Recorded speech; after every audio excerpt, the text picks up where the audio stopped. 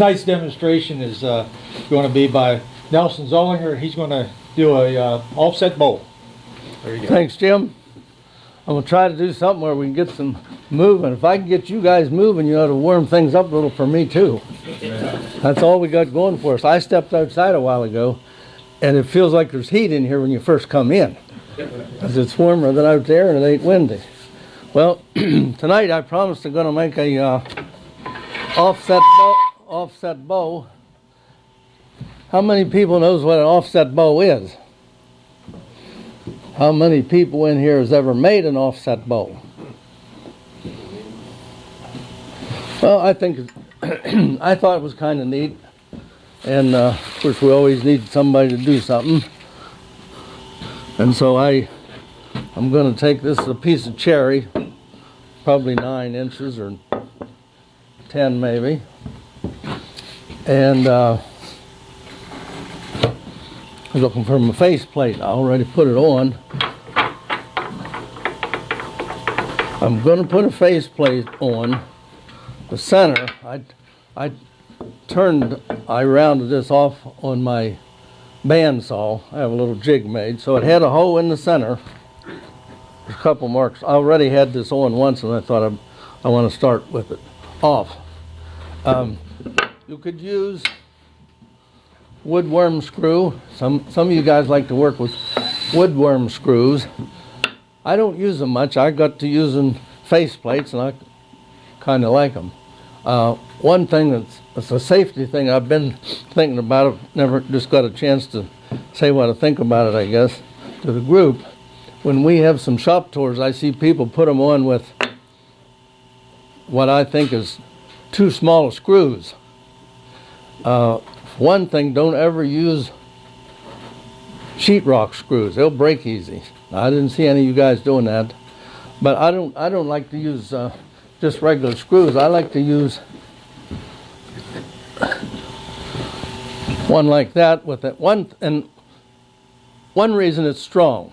I mean, you can get strong screws too, but the other thing is, if you're going to use the same ones and put them in and out a lot of times, even with the good Phillips, unless you get good screws with those little stars in, and some of you guys I'm sure have used those, they work a lot better than the Phillips. Yeah, but these works the best, I think. So for whatever that's worth, I have the hole mark.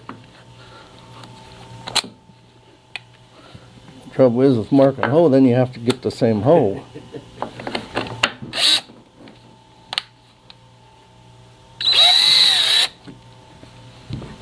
Who's that, about number 12? Or 14? No, that's more like an 8, I'd think.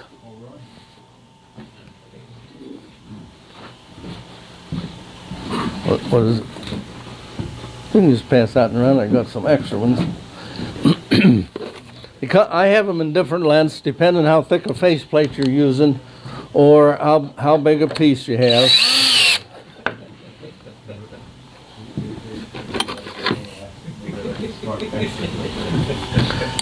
And you can use these screws pretty much forever without stripping the head.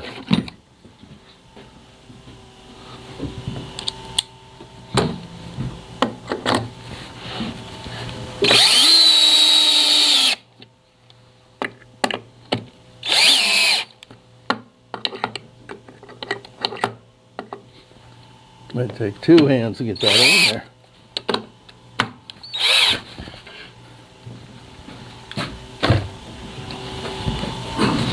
Now that's just centered on there. There's nothing offset about anything yet on it.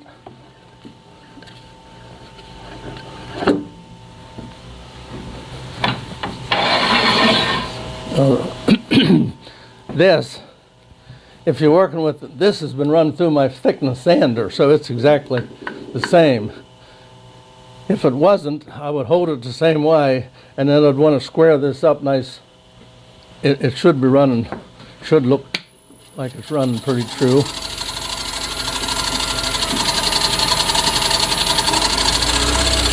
That's running 1500. And what I want to do first is I want to get it ready for my chuck, and this chuck, and we need two different chucks. That thing. Okay. I'll get it then. Remind me again if I forget it. We have to, I'm going to prepare this to hold on center, just like you was going to do if we flip it over for a bowl. And I'm going to use the big chuck, and we'll use an expansion grip on it. Wind it out into it. And then off-centered inside of that, I'll make a regular, what do you call them, John? Spigot. He taught me that. I thought he didn't know what he was talking about. He called that thing a spigot, and I thought, well, yeah, you could call that thing that, but I figured that's just John's. Well, wouldn't you know, a week later, I'm reading in the book, and I see something that says a spigot, and I thought, there you go, and he knows what he's talking about. I'll pay attention to him. In fact, the reason I have these kind of chucks, see, I got in this business, I found these guys and got in here before I'd turned very much stuff, and I didn't have any chucks. And they talked me into having a shop tour. I didn't even know what you did to come to the shop tour. I'd never been to one. I was at my own. I didn't know what, so I thought, well, I guess I'll just take everybody around and show them everything. So that's what I did. But anyhow, in talking while joining some other guys around, I said, what's a good kind of chuck to get? And he told me, Penn State's about as good for a good price. I have 3 of them now. Anyhow, I'm going to cut a groove in here so that this will fit. Then later I'm in the center, and I ain't going to cut the center out. I'm just going to put it in big enough that this will go in it, and we'll hold it in an expansion mode when I flip it over. So first thing I'm going to do is mark that.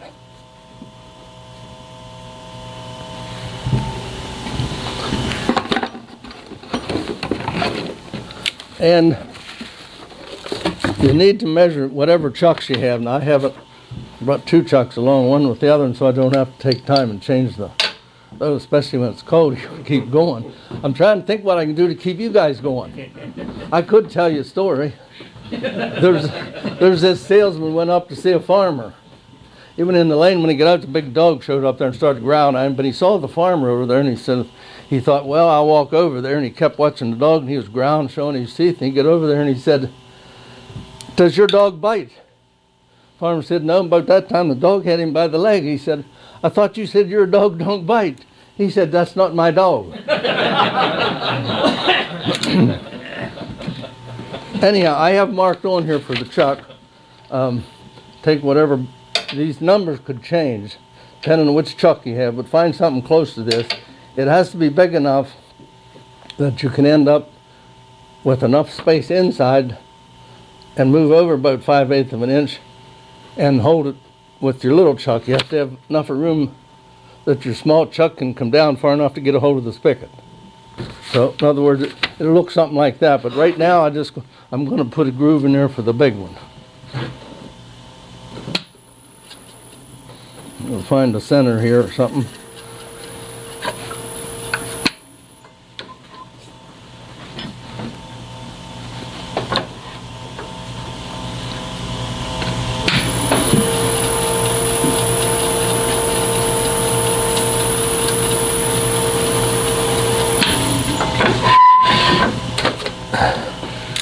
Now for my chuck I have on here, the outside of it, I want it to be about 3 3/4 or 3 7/8.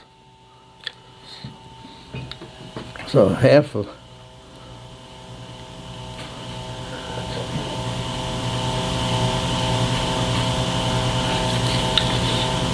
and 3/4.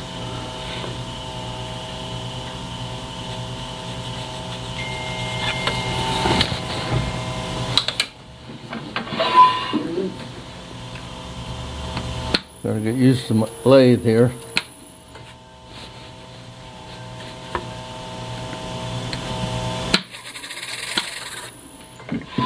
And I'm gonna mark the inside and the outside. That's about 3 5/8, so I'll just cut that a little bit on the outside of that.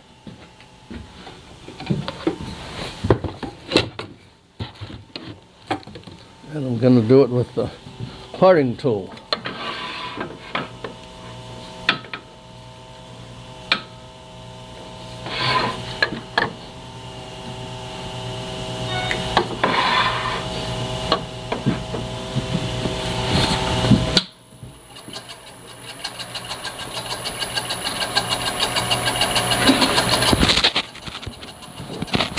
I need a little. The glasses ain't down in there, are they? I do need the face shield. I'm missing my glasses. I think there's stuff down in here with all this, which they are. That's a sign you're matured. Pardon? That's a sign you're matured. You got a pair of Yeah, right.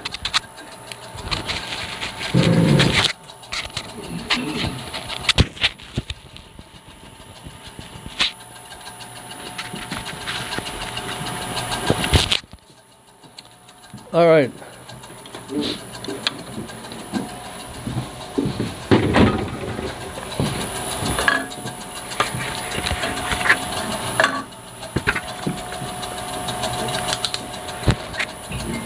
Now we're ready.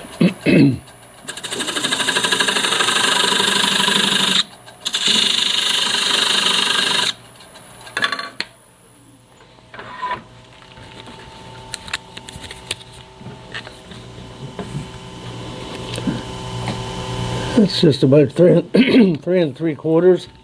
Now, depending on your chuck, you want to cut enough that you can get that in to expand into this. I got that where I want it. Except I need to go a little deeper.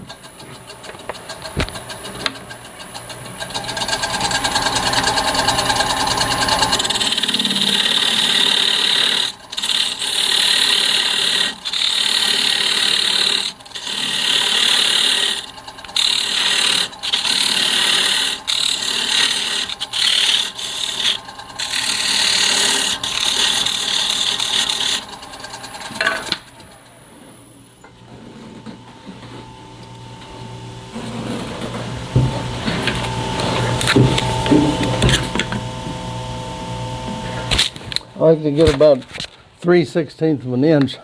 I'm just a bit shy of that.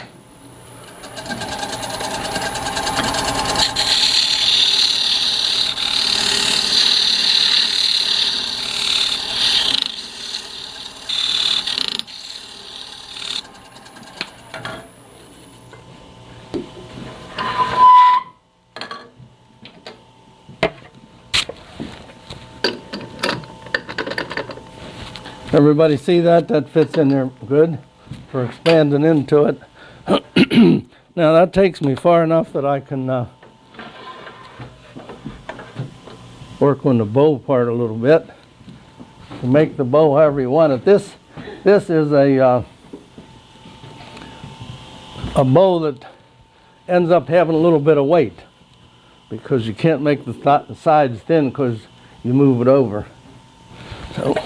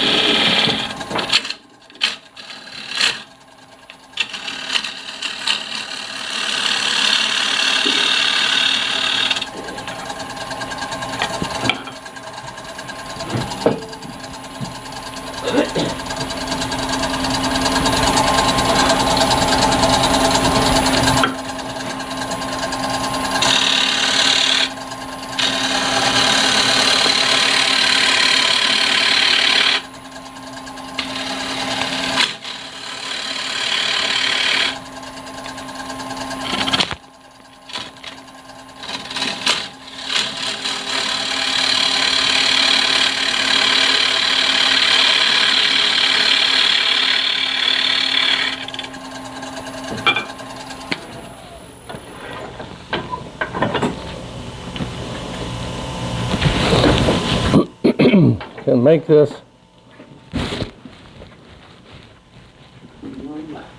as fancy or as however you want on the outside of this.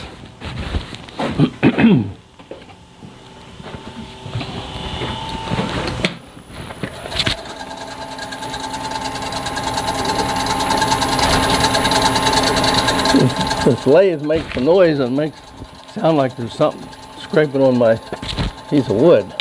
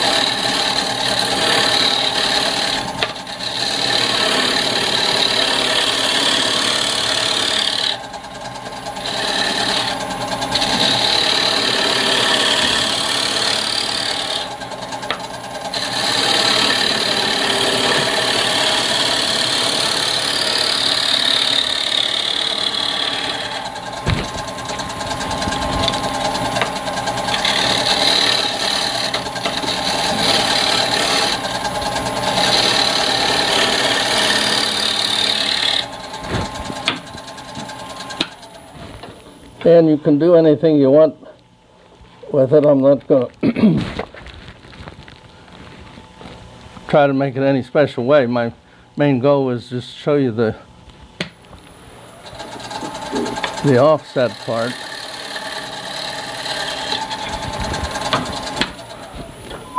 So I'm going to stop on that. Of course, we don't sand it here, and just need to clean up that grain, but I ain't going to worry about that now. I'm going to get ready for the next chuck. And to do that, let me get some of this.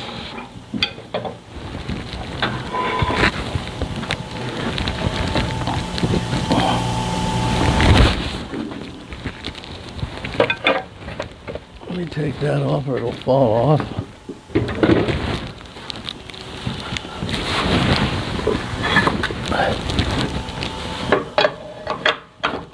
I'm going to take this off and move the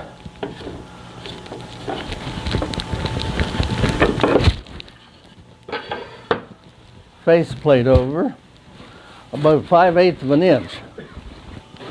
If you move it 5/8 of an inch, the difference you're going to have already between the one side and the other is going to be double that. So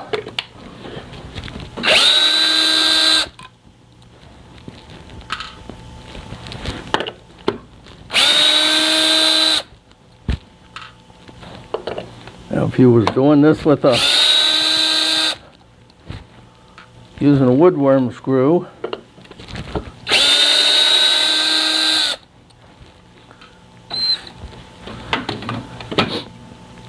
we now had this on the exact center, and we're centered from this hole.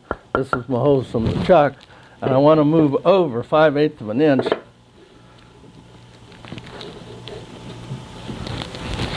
And I have it marked. Anybody getting cold yet?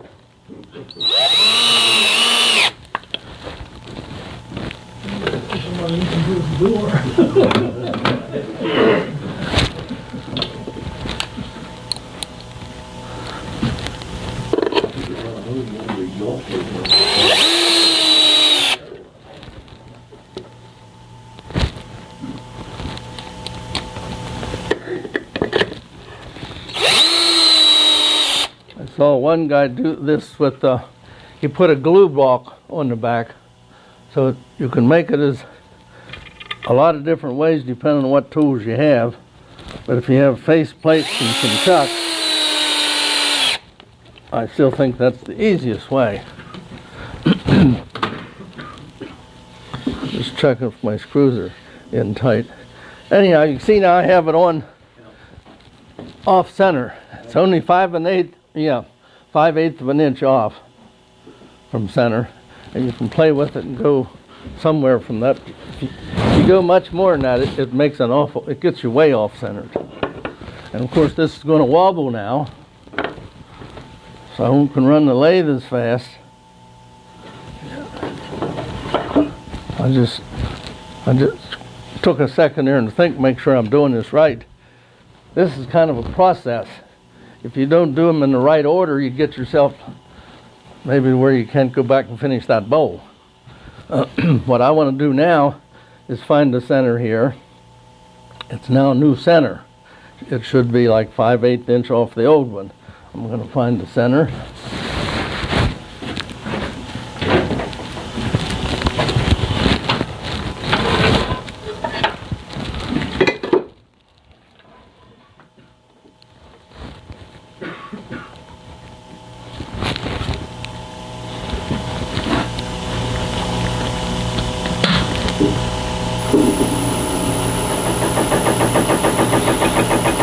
And so I'll have to be cutting that out at a slower speed. I'm doing about less than 500.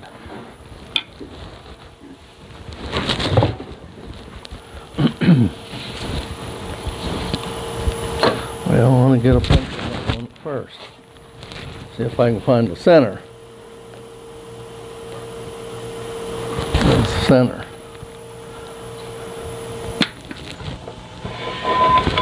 See, here was the old center. Here's my new center. And if I put the faceplate on right, that should be about 5/8.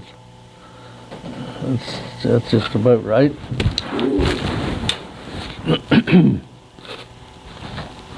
Well, I wanted to measure something with that. Now, I was about as small as my small chuck. I now want to cut a spigot on there where I can clamp in, put a compression squeeze onto it, and I don't want to let it get any smaller than what this will go down to. So on mine here, that's about 1 3/4 on the inside, and then I can go out from there. Now, let me do it with my pencil. It works pretty good, just because I want to come out to here, but I still want to have my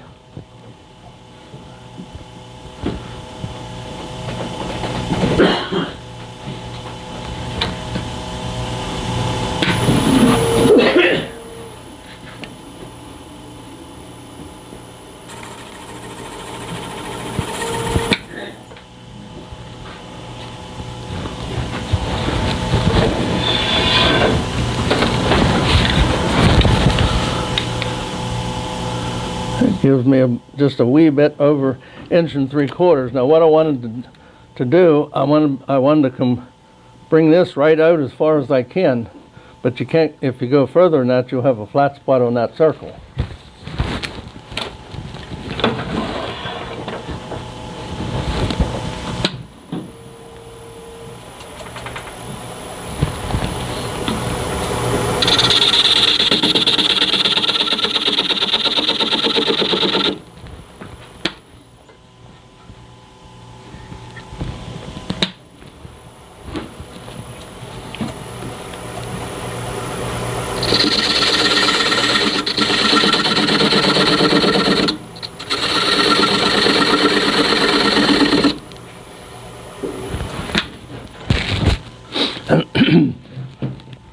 Now I'd like this depth to go in and match the other depth so that across here, and when I'm going to make this a little bigger, that it's all in the same plane. It's all flat.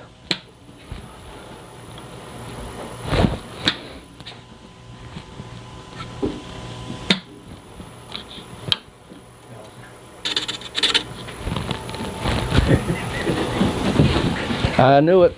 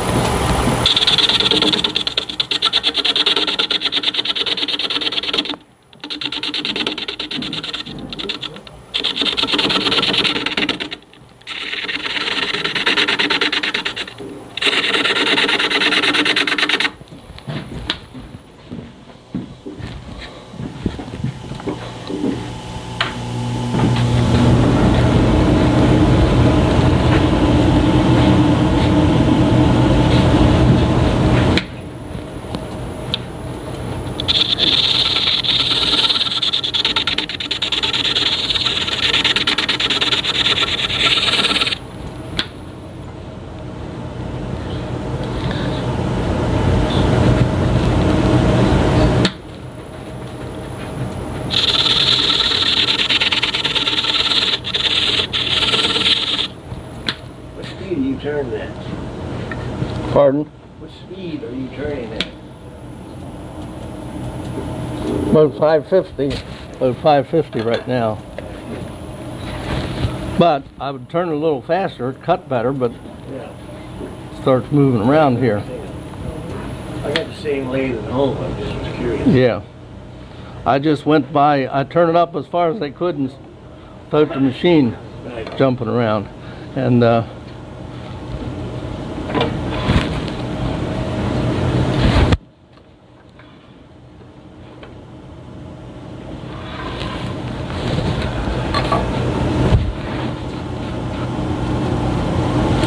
what I was trying to do there is get this to be this in exactly same as this part, and pretty close.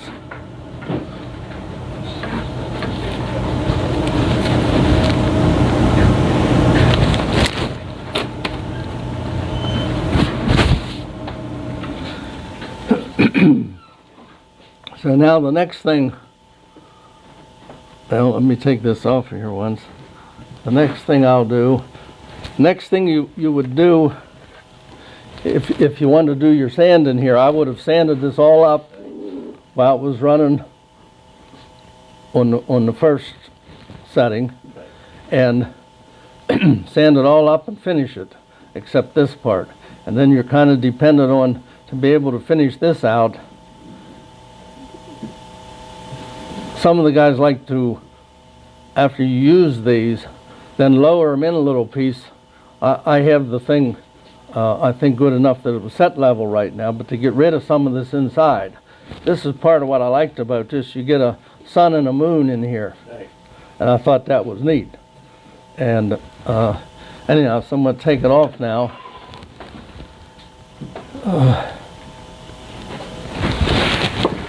Now put it back down.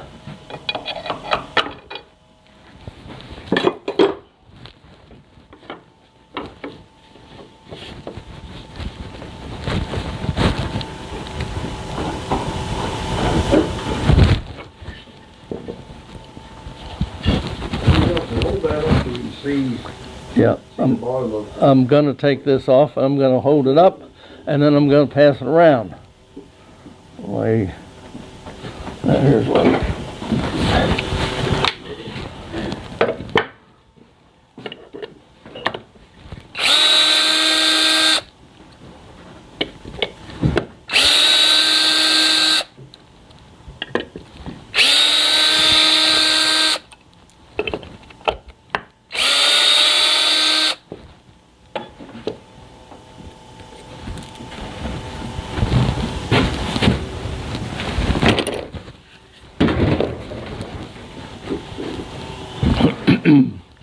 Now you see what we've done so far. We have the spigot that we're going to turn around and hold on to cut an off-center hole in it. Right.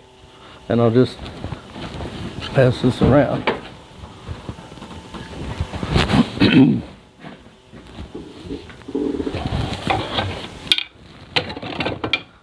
And it would be it would be hard to finish that after you would cut the insides out. I have one here that's finished. That's the same stage as that one's at, only it's sanded and finished, and I finished it in this far. Because this bowl that I'm going to cut into it is going to be off-centered. It's going to be over the side. And you can, after you have this on there, it will be running lopsided, so it'd be hard to try to sand this, because if you put this on as I'm going to put it on lopsided, this part right here will be jumping around. You can't sand it like that and finish it. So this is the same as that. It's sanded and finished at that part. Right. And that's what it looks like.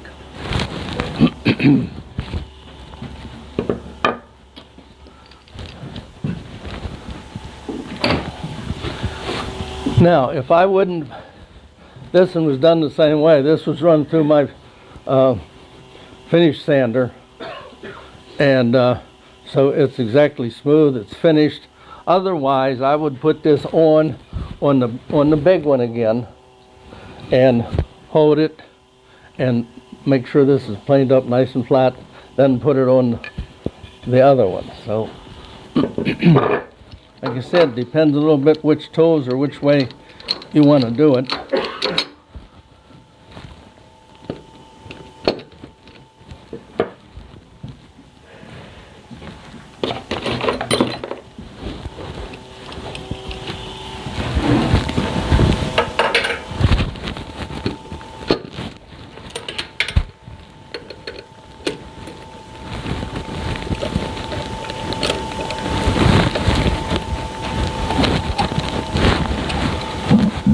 Now this one was made a while back.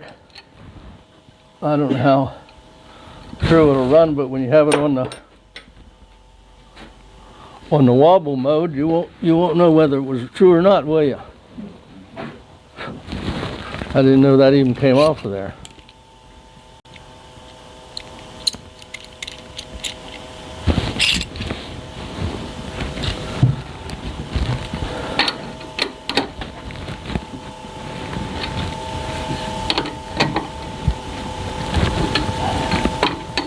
And when you're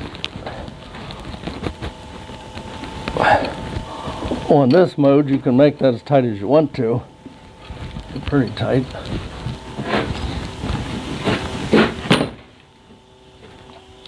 Now we're going to run it slow.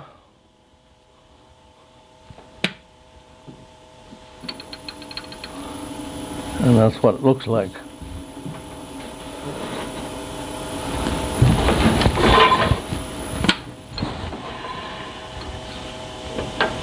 I'm going to play it safe. I'm going to put a pencil mark on before I start cutting.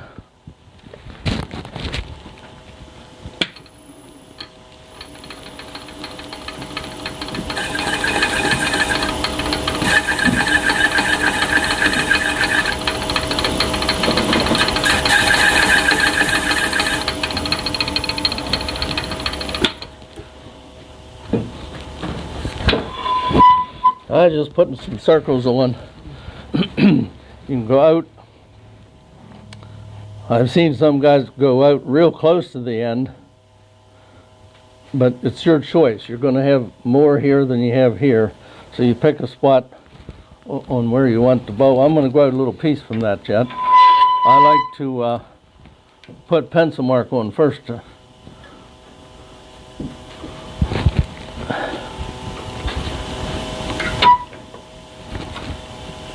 To be sure I like it.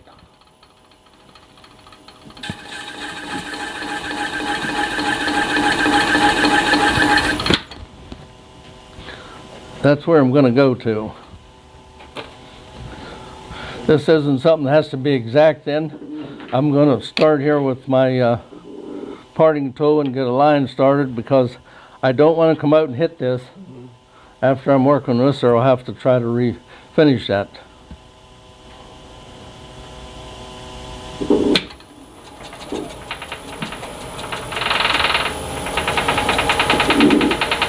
That's just a hair short of 600 yet. That's where it starts jumping.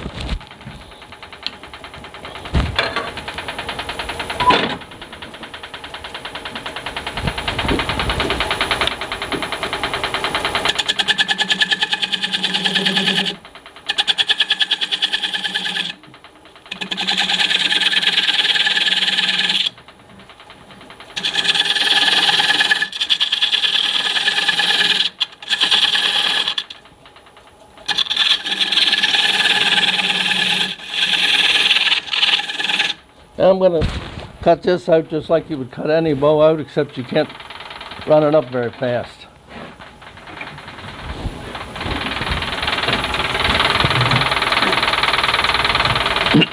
And it ain't going to get any better. Mostly when we put something on our lathe and it wobbles, we know what to do to it, and it gets better all the time. This is not going to get any better.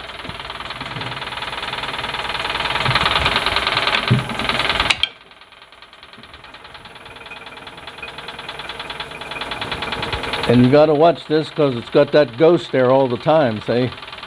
You got to watch your knuckles.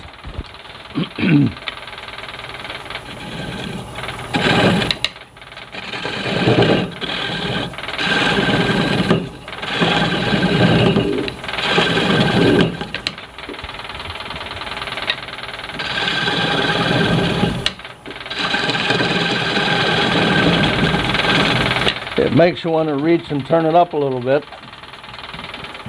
so it cuts better.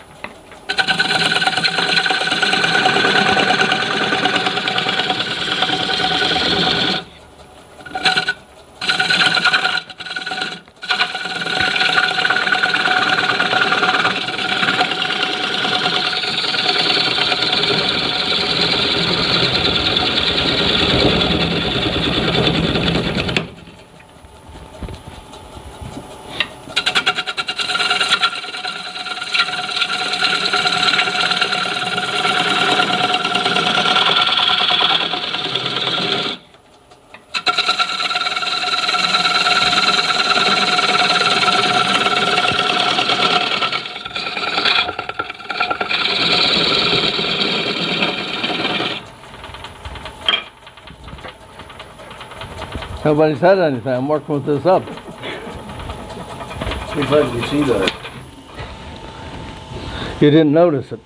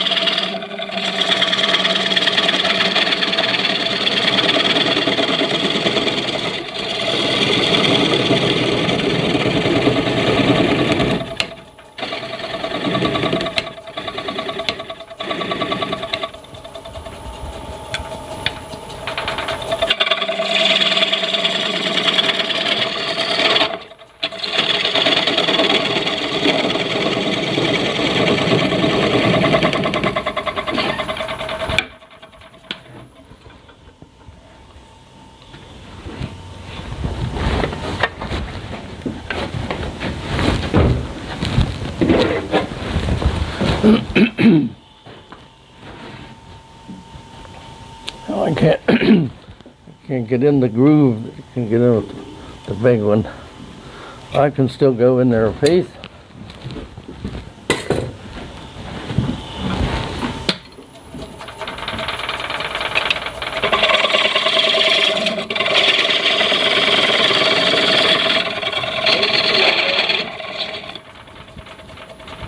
I just seen if you're paying attention.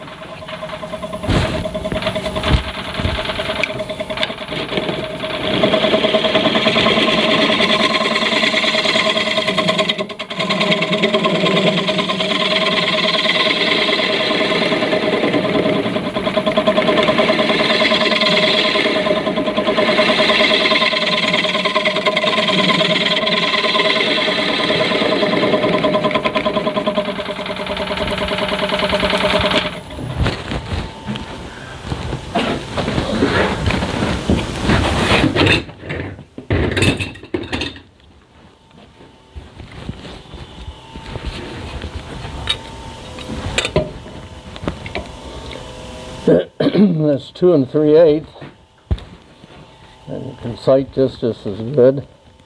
So I could go in as far as about 1 7/8, and I'm about 1.5 inches. I can go a little bit yet.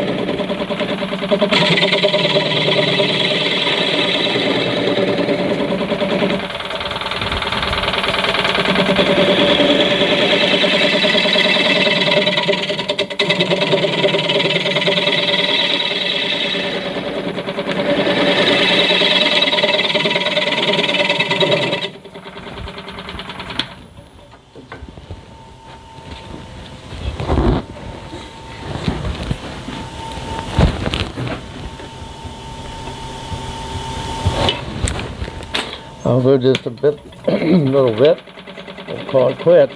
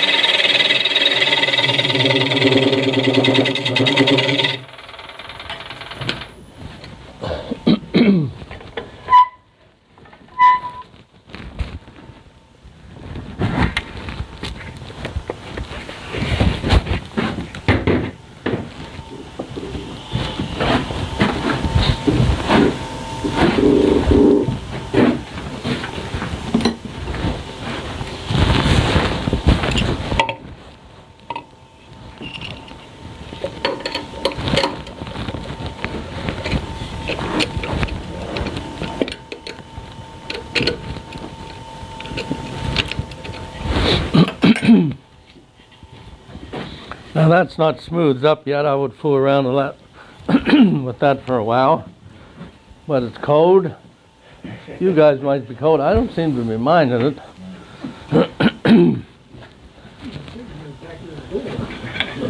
Yeah. I'll tell you a little story while you pass that around. This is about a little snake named Johnny. And he was outside his mother's home, and he was a hissing, and he was having a good time, and his mom come out and said, "Johnny, I'm tired of hearing you out here hissing. Why don't you go over Mrs. Potts and pit and hiss?" So he went over there in Mrs. Potts' house, and that's another snake. And he was a hissing and having a good time. And she come out and said, "Johnny, what are you doing over here hissing my pit? You go home and hiss in your own pit." So he goes back home, and he's home there, and he's a hissing and having a good time. His mom come out and she said, "I thought I told you over Mrs. Potts' pit and hiss." You thought I was going to mess that up, didn't you? He said, "I did, and I was over there, and she told me to come home and hiss my own pit." His mother said, "Well, I'll be. I remember the day when Mrs. Potts didn't have a pit to hiss in." Now, any young guys in here, they don't know what. If you don't get that one, you have to ask these older guys.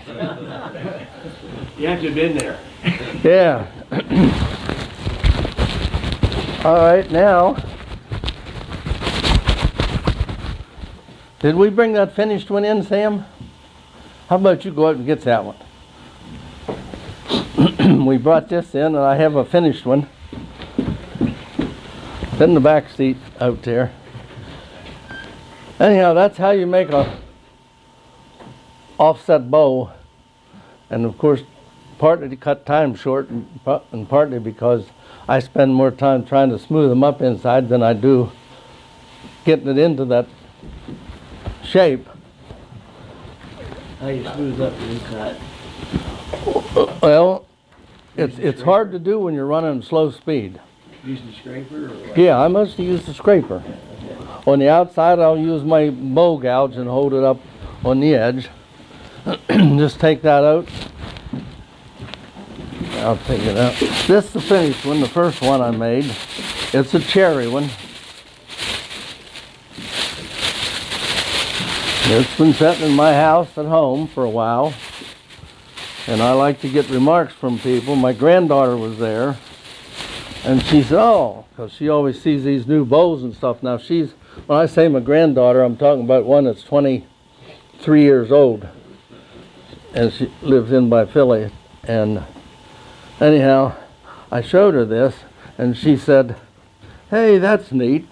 She said, "That looks like something you'd see in an expensive restaurant setting up in the front with something in to pick up as you go out."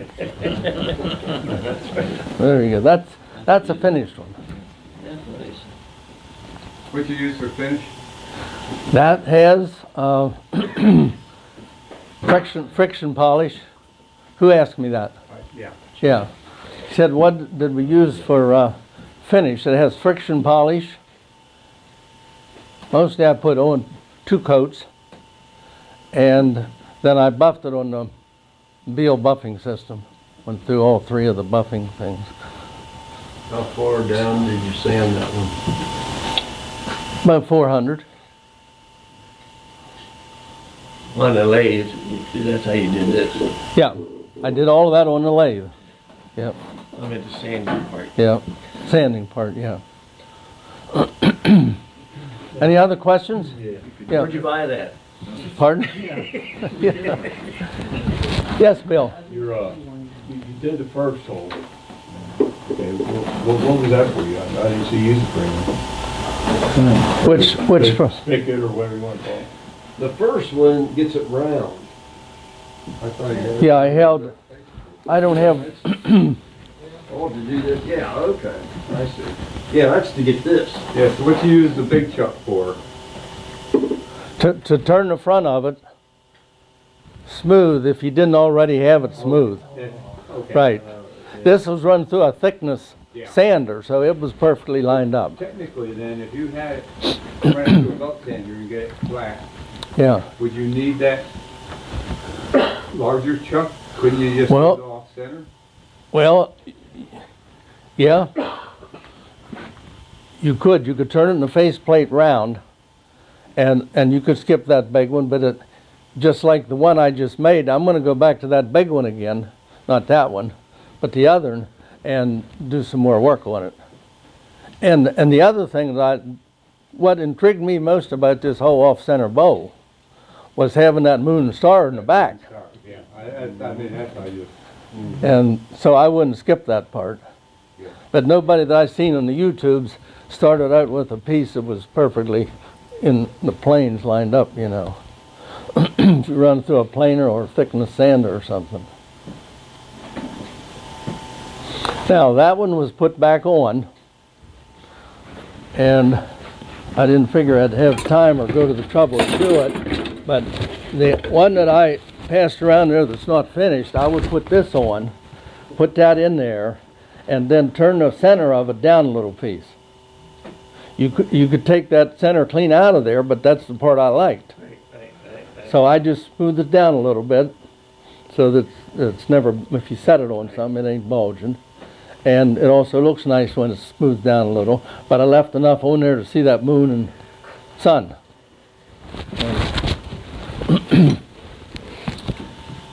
All right, that's it.